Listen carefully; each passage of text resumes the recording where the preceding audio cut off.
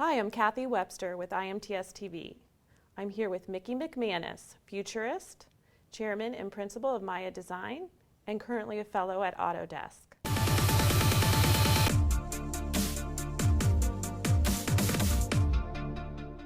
Hi, Mickey. Hey, how's it going? Good. So tell us, what does happen when the things we design wake up? Oh, see, now you're just going to put me on the spot. I think a lot of things happen. I fundamentally think we're gonna almost see a phase change from a world that was largely static. We set up a lot of static equilibria. You know, we set up our supply chains and our factories and our equipment and our business models, and then we sort of hoped nothing changed. You know, we sort of set it up and let it run, because changing all that stuff is really tricky and complicated. And I think we're going to suddenly flip to a dynamic equilibrium, or maybe the ability to trade off, where we can play around with things that maybe change over time, with mass customization, with the ability to sort of change the business model, experiment with what the factory means, and think a little differently about manufacturing. Maybe think of the factory as more of a social network, and being able to be much more resilient and sort of future-proof to changes. So static equilibria are really good if nothing changes. Think of it as like a dove's wings. You know, it's just gliding along. You know, it's perfect. It's very energy efficient. It's a static equilibrium. But then a hawk comes and attacks, and nature found out that, like, we need to fly away. We need a way to actually expend some energy and be dynamic. And I think we're going to find that when things start to wake up, when factories start to wake up, it's sort of a metaphor for just sort of what happens when we really start to look at ecologies, and we start to think about how we could do trade-offs between these static and dynamic equilibria. Okay, so the connected world is going to be, well, very connected. And how will that look for manufacturing technology industries? Yeah, I think, so right now there's a pretty big push to connect up all the devices and all the machinery in the factory. I think as we start to look at this, we're probably going to start to see some of the smaller shops almost joining a network with some of the medium size and the larger shops, and looking at ways of kind of optimizing across the machinery, across the devices, across the individual locations. So it's sort of able to make what you need where you need it in a much more dramatic and kind of dynamic way. So we probably won't be warehousing a lot of stuff as much anymore. It'll probably be more like we're storing a bunch of files, not necessarily warehouses. And when somebody needs a new engine blade, you know, for a jet engine or turbine or something like that, they'll print it locally, or they'll machine it, or print and then machine it to polish it and clean it or something. But it'll probably come from a lot more local areas. So I just think that this is going to be a chance to, instead of being on your own and out there alone and kind of working your best to sell to customers and partners, it'll be much more of, and I'm kind of using it a lot, but this idea of a social network. It'll sort of be a way that we can flow value around. And I keep using this idea of an ecology, but it's this notion that, you know, in nature, nothing is wasted. You know, your waste is someone else's food that all these organisms kind of have optimized. And little things come in and fill in all the little nooks and crannies in an ecology. If you have like a garden pond or something like that, you notice it sort of gets into this point of dynamic equilibrium, and you don't have to do much to keep it working, but little things kind of fill in all around. And so there isn't a lot of waste. And I think that means we can optimize a lot more. I think that means there are all sorts of new places of value where maybe some of those smaller shops are making money from the information they're capturing, maybe from some new process that they develop because they're able to actually see a pattern that somebody doesn't see. They're paying attention to that and sort of harvesting that information carbon cycle in some ways. Okay, and you know, that makes me think of what you brought up about open software design and the sensors and the Internet of Things.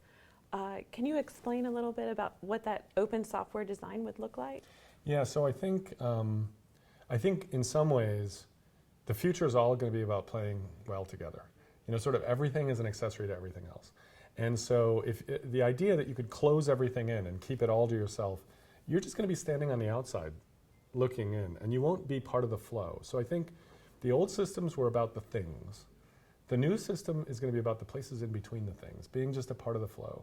And you have to be open. McKinsey put out a report last year around the Internet of Things and the value it's going to bring to the economy. They said somewhere between $3 and $11 trillion will be contributed to the worldwide economy every year by 2025.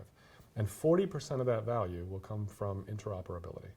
So playing well together. So just like in an ecology, you can't look at one thing, a plant all by itself. You have to look at the fungus that's actually helping it, the rhizal networks below. You have to look at the other kinds of things and start looking at it as a system. And I think openness, and I'm not necessarily saying you shouldn't have secret sauce. I think everyone, even the most open systems, there are some things that they bundle up and they just give you like a little hook to. They don't necessarily say what it is, but it's an open component. I think playing well with others, being part of a bigger ecology, and being a part of the flow is going to be the most important thing. Because then you can learn. When you're standing on the outside or you have your own proprietary stuff, either people won't use you, or you have to be one of the big behemoths to be able to pull off that thing, become a de facto standard, or you're just not part of the flow because you only treat your stuff well. You treat everyone else's stuff not so well. And then really it doesn't become an ecology, it doesn't flow. Okay, and so for that open architecture, you brought up MT Connect, and there are a lot of people out there saying their open software system is the best. How will that all emerge in? Well, I do think there's a market element to this. MT Connect is pretty open, and I think it's exposing and helping a lot more people kind of connect up things. And I think the value of that is underrated right now. I think people have to really understand, once they start collecting that information, what kind of new patterns they could find. And in fact, I talked a little bit about machine learning because we're not going to be able to have a data analyst look at all that information. It doesn't matter how smart they are. Spreadsheets and data analytics is sort of, in that mode at least, is a time of the past. It's really going to be collaborating with machines and trying to find patterns. So that sort of open approach, like an MT Connect, is probably in opposition to some other companies who say, we will be the platform to end all platforms. And I think there's a sort of gold rush going on, or maybe not. People haven't figured out where the gold is yet, but there's a rush going on to say we are the platform. But that kind of means that they're each going to become their own silo.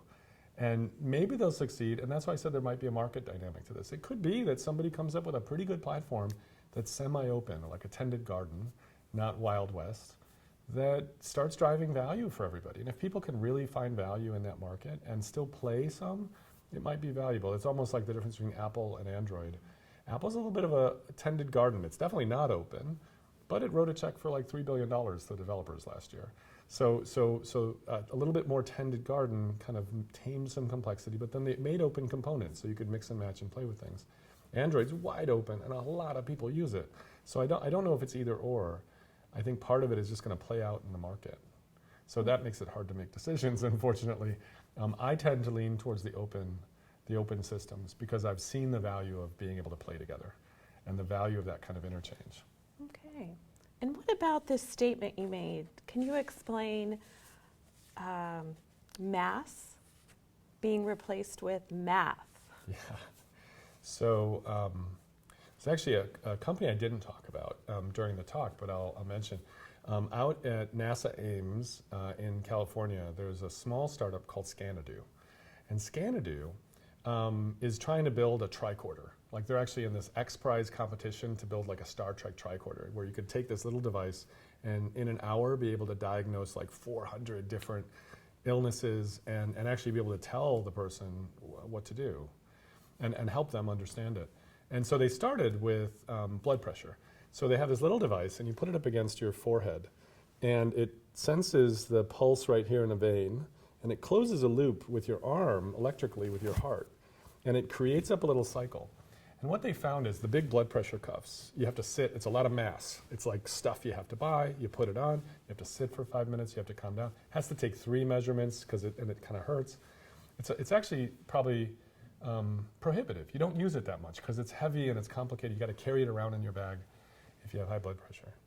Well, this one is this little thing, and it actually uses your phone to do all the diagnostics in the cloud.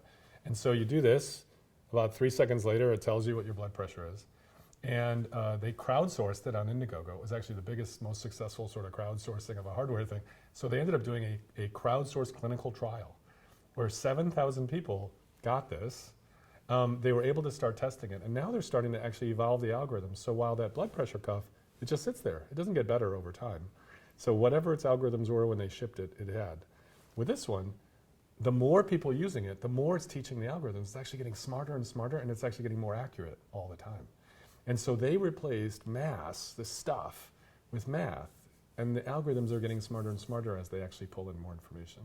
Okay. You know, and the next one they're working on is a way to diagnose a whole bunch of other things, and they're slowly working on this. And you know, imagine taking blood pressure cuffs, treadmills, blood oxygen, all these things that are pretty complicated, hundreds of thousands of dollars, tens of thousands of pounds, and go, I could use 3 sensors for $50. And I could probably not get as accurate, but with algorithms, I could slowly get more and more accurate. And with a lot of people, I can get even more accurate than those 100,000. So it's replacing this mass with math. And I think that's a major pattern that we should be paying very close attention to. Okay. And one last question. What can manufacturing technologies do now to prepare for this economy of the connected world and less math? Yeah. I think this is a really interesting question, and it's a hard one. I don't know that I have a silver bullet, but because it seems like so big. It's like, oh, okay, I'm just starting to figure out what the Internet of Things is, and now you're telling me I need to learn about, you know, machine learning, or I need to. Well, the thing is, these trends are coming. They're inevitable, coming a little faster than we think, and they're slamming into each other. You can't look at them independently. So what can you do to prepare? Maybe the next hire you make, or maybe the next intern you hire over the summer should be somebody that's getting a degree in machine learning. That would help. Just start playing with that information. Maybe also looking for ways that you can set up a little bit of a war game and try to say, what if we really did this? And invite some interesting friends and sort of simulate a year in a week. Not just of the tech, you know, not just what your new shop would look like, but of the business models. Like, if we do this, what would happen? Have somebody named Murphy, and his whole job will be just throwing wrenches, so that you're really simulating and bubbling up things. Because in the future, I think because of all these systems, it's going to be harder and harder to use the old-fashioned spreadsheets and business models. I think it's going to be much more about getting into a culture of experimentation, and experimentation like a petri dish. Like in nature, you heat it up really quickly and you see things going faster than real time. I think we need to get that way with our companies. We have to just get, as part of our culture, we are a lab culture. We experiment and we run simulations.